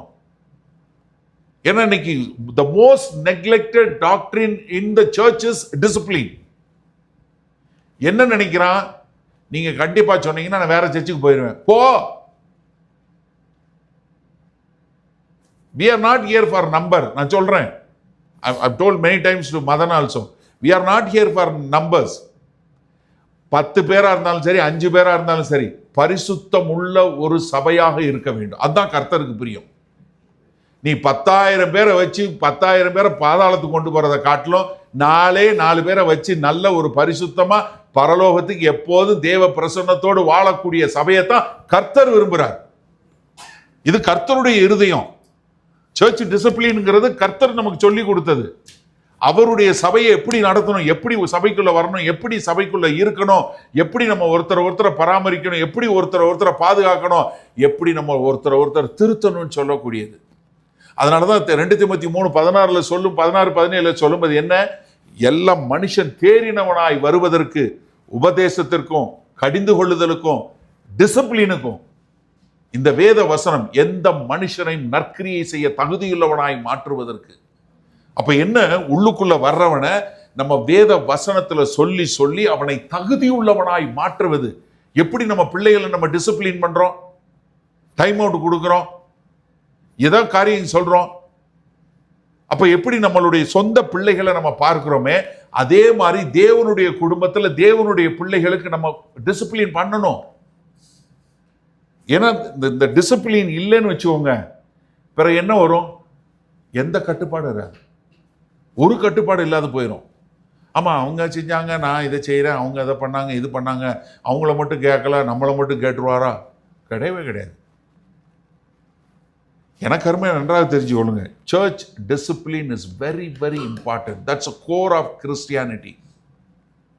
ஏன்னா நம்ம எப்படி பரிசுத்தமா இருக்கிறோங்கிறத மற்றவர்களுக்கு ஒரு முன் உதாரணமா இருக்கணும். ஆதி திருச்சபையில பயந்தாங்க சபையில சேருவதற்கு. ஆனா யாரெல்லாம் கர்த்தருக்குன்னு வைராக்கியமாய் வாழ நினைச்சாங்களோ அவங்க பூரா சேர்ந்தாங்க. ஏன்னா நீங்க இது பரிசுத்தமாய் நாங்கள் கான்சென்ட்ரேட் நாங்கள் இது பண்ணி ஒரு டிசிப்ளின் பண்ணி நாங்கள் வளர்க்கக்கூடிய ஒரு காரியம் அப்படின்னு சொல்லி வரும்போது தான் என்ன உண்டாகும், உங்களுக்கு கர்த்தர் மேலே ஒரு காரியம் உண்டாகும். எங்களுடைய எந்த சபையிலே மெம்பர்ஷிப் கிடையாது. ஏன் தெரியுமா? இது குடும்பம், இது கிளப்பு கிடையாது, இது மெம்பர்ஷிப்பு சப்ஸ்கிரிப்ஷனு இப்படி எதுவுமே கிடையாது. ஏன்? குடும்பத்தில் மெம்பர்ஷிப் இருக்கா என்ன? உங்கள் நம்பர் 1 2 3 இப்படியா நம்பர் வச்சுருக்கீங்க குடும்பத்தில்? பிள்ளை பேர் அப்படியா சொல்லி கூப்பிட்றீங்க? 1ஆம் நம்பர் வா, 2ஆம் நம்பர் வா, 3ஆம் நம்பர் சாப்பிட்டானா இப்படியா கேட்குறோம்? No membership. ஏன்னா ஒவ்வொருத்தரும் இண்டிவிஜுவல், ஒவ்வொருத்தருக்கும் ஒரு பேர் இருக்கு, ஒவ்வொருத்தரும் கர்த்தருடைய பிள்ளைகள். அதனால தான் நம்ம பிள்ளைகள் பேரை சொல்லி சொல்கிறோம். அதே மாதிரி தான் உங்களையும் பேர் சொல்லி சொல்கிறோம். என் சகோதரனே சகோதரியே இந்த பேர் அந்த பேர் சொல்லி வா அப்படின்னு சொல்கிறோம். ஏன்? நீ கர்த்தருடைய குடும்பத்தில் ஒரு அங்கம், நீ கர்த்தருடைய பிள்ளை. கர்த்தருடைய நாள் வரும்போது, கர்த்தரை சந்திக்கும் போது அவர் முன்னாடி நீங்கள் வெட்கப்படாதபடி இருக்கும்படியாக, ஜாக்கிரதையாய் இருக்கும்படி நான் உங்களுக்கு சொல்றேன்னு பேதுரு சொல்லி முடிச்சார் இல்லையா? 2 பேதுரு 3வது அதிகாரம் 15வது வசனத்துல. அந்த மாதிரி நம்ம அவர் வரும் நாளில் வெட்கப்படாதபடி காணப்படுவதற்கு there must be a discipline. இது எல்லாருக்கும் பொருந்தும். யாராக இருந்தாலும் சரி, சபையில் இருக்கிற யாராக இருந்தாலும் சரி, நீங்க எந்த ஒரு இடத்துல தடுமாறுதல் உண்டாகுதோ கண்டிப்பா டிசிப்ளின் பண்ணி தான் ஆகணும். சில நேரங்களில் நான் சில மெசேஜ் ப்ரீச் பண்ணும்போது நானே சொல்லுவேன், யாரையாவது கடினப்படுத்தியிருந்தேன், காயப்பட்டிருந்தேன்னா என்னை மன்னிச்சு கொள்ளுங்க. பட் ஆனால் சில நேரங்களில் நான் சொல்ல வேண்டியதை சொல்லி தான் ஆகணும். இப்போ நீங்கள் யோசிச்சு பாருங்களேன், நான் உங்களை ரொம்ப நேசிக்கிறேன், நான் உங்களை நேசிக்கிறேன்னு சொல்லிட்டு உங்கள் உடம்புல வந்து உங்கள் உடம்புல ஒரு கேன்சர் வந்துருச்சு, இல்லை ஒரு கட்டி வந்துருச்சு அப்படின்னா நான் வந்து அன்பு அன்பு அன்புன்னு தடை கொடுத்துட்டா எப்படி இருக்கும்? எப்போ நான் உனக்கு டயக்னோஸ் பண்ணணும், எங்கே வெட்டி எடுக்கணுமோ அதை வெட்டி எடுக்கணும், எங்கே மருந்து போடணுமோ அங்கே போடணும், எங்கே ஆன்டிபயோட்டிக் கொடுக்கணுமோ அங்கே ஆன்டிபயோட்டிக் கொடுக்கணும். எல்லாருக்கும் எப்போ பாரு நான் வந்து மிட்டாய் சாக்லேட் கொடுத்துட்டே இருந்தா, கர்த்தர் நல்லவர் இருந்தா ஒரு சாக்லேட்டு, அண்ணே வலிக்குது, கர்த்தர் நல்லவர் இருந்தா ஒரு சாக்லேட்டு. ஆப்ரேஷன் பண்ணுற இடத்துல பண்ணணும். அதனால நம்ம வந்து சபையாக ஒரு குடும்பமாக என்ன ஒரு சீர்திருத்தத்தை கடைப்பிடிக்கணும். கர்த்தர் அதை எதிர்பார்க்கிறார். கர்த்தருடைய திருச்சபை ஒரு டிசிப்ளின் சர்ச்சாக இருக்கணும். அதுக்கு நம்ம எல்லாரும் சேர்ந்து செய்யக்கூடியதாக இருக்கணும். நம்மளை பார்க்கும்போது மக்கள் என்ன சொல்லணும்? ஒழுக்கம் உள்ளவர்கள் இவர்கள், இது ஒழுக்கமான திருச்சபை, இது கர்த்தருக்கென்று வைராக்கியமாய் வாழுகிற திருச்சபை, இது பரிசுத்தமாய் வாழுகிற திருச்சபைன்னு சொல்லும்போது தான் கர்த்தருடைய நாம மகிமைப்படணும். அங்கே கர்த்தர் கிரியை பண்ணுவார். அப்போ எனக்கு அருமையானவர்களே, சீர்திருத்தம், church discipline, it should be part of our church doctrine. அதில் நம்ம எல்லாரும் பங்கு கொள்ள கர்த்தர் நமக்கு கிருபை பாராட்டுவாராக. மகா கிருபையும்